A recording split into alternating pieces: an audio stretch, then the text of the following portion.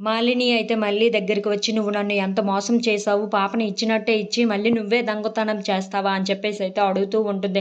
ఆ మాటలు వినగానే అక్కడ ఉన్న మల్లి అయితే ఒక్కసారిగా షాక్ అయిపోతూ ఉంటుంది. "నిన్ను ఎంత నమ్మాను నేను, నువ్వు నన్ను ఇంత మోసం చేస్తావని అస్సలు అనుకోలేదు" అని చెప్పేసి అయితే అంటూ ఉంటుంది. ఆ మాటలు వినగానే అక్కడ ఉన్న మల్లి అయితే, "అక్క నేను చెప్పేది వినక్క" అని చెప్పేసి అయితే అంటూ ఉంటుంది.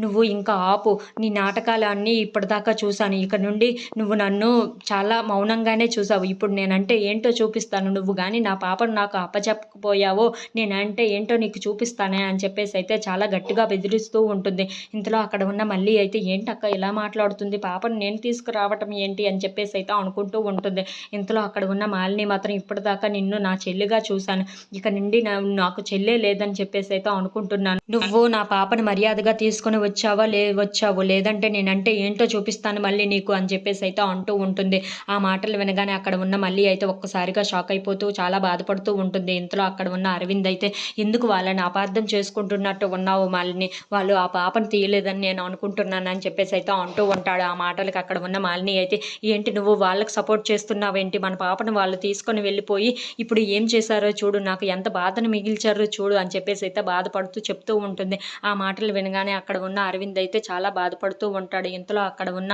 మాలిని అయితే, "నువ్వు వాళ్ళిద్దరి దగ్గర నుండి మన పాపను గాని తీసుకొని రాకపోతే నాకు భర్త కూడా లేడని నేను అనుకుంటాను" అని చెప్పేసి అయితే అంటూ ఉంటుంది. ఆ మాటలు వినగానే అక్కడ ఉన్న అరవింద్ అయితే ఒక్కసారిగా షాక్ అయిపోయి మాలిని వైపు అయితే చూస్తూ ఉండిపోతాడు. If you like this video please like, share and subscribe.